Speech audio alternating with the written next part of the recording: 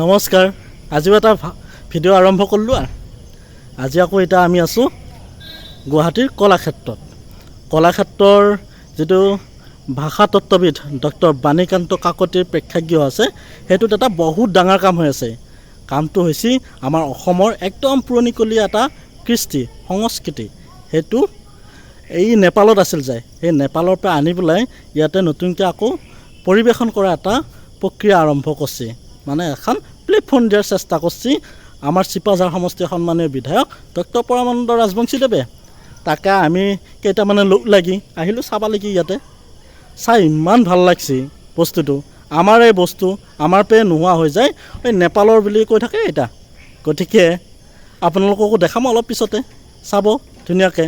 আৰু আমাৰ যে বিধায়কগৰাকীৰ ইমান ডাঙৰ এটা পদক্ষেপ, সেইটো আমি ধন্যবাদ জ্ঞাপন কৰিছোঁ। আৰু আপোনালোকেও চাই কেনে পায় জনাবচোন বাৰু। হয়তো আকৌ কিছুমানে বেলেগ বেলেগ ধৰণেও আকৌ কমেণ্ট কৰিব পাৰে, ভালো পাব পাৰে, বেয়াও পাব পাৰে। কিন্তু এটা কথাক লৈ গৌৰৱ কৰিব লাগে যে আমাৰ সেই পুৰণি বস্তুটো যে আকৌ আমাৰ মাজলৈ ঘূৰাই আনছি, সেইটো কাৰণে কিন্তু ধন্যবাদ দিব লাগে, নহয় জানো? গতিকে দেৰি নকৰোঁ, অকণমান কেনেকুৱা বস্তুটো, সেই বস্তুটো অকণমান দেখাবৰ কাৰণে চেষ্টা কৰিলোঁ আৰু চাবচোন বাৰু।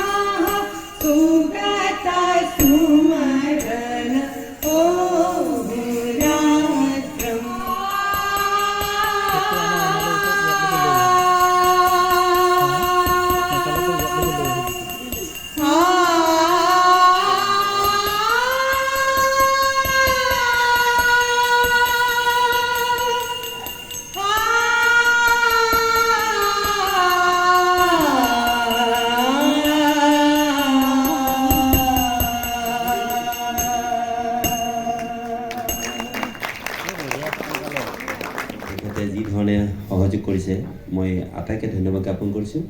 আৰু আমাৰ যিসকল নেপালৰ পৰা অহা শিল্পী, তেখেতসকলক আজি আমাৰ মাননীয় মুখ্যমন্ত্ৰীয়ে হাতাকুণ্ঠল কৰিব বিচাৰিছে।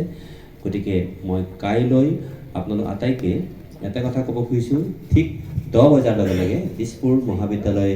এতিয়া আপোনালোকে চাই কেনেকুৱা পালে কথাটো জনাব। আৰু পিছৰ পৰ্যায়ত এই চৰ্যাপদ বস্তুটো কি সেই বিষয় লৈ মই ধুনীয়াকৈ এটা ইণ্টাৰভিউ দিবৰ কাৰণে চেষ্টা কৰিম যে সেই বস্তুটো কি আছিল, কেনেকৈ হ'ল, কিয় নেপাললৈকে সেই গুচি গ'ল, কিস্তিটো গুচি গ'ল, সেই গোটেইখিনি বস্তু লৈ পেলাই এটা ভিডিঅ' বনাম। আপোনালোকে কমেণ্ট কৰি জনাবচোন বাৰু লাগিব নে নালাগে। এতিয়ালৈকে ভিডিঅ'টো চাই থকাৰ কাৰণে সকলোকে ধন্যবাদ দিলোঁ আৰু আগলৈকেও ভিডিঅ'টো চাই থাকিব।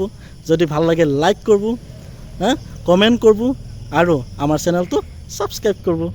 ধন্যবাদ।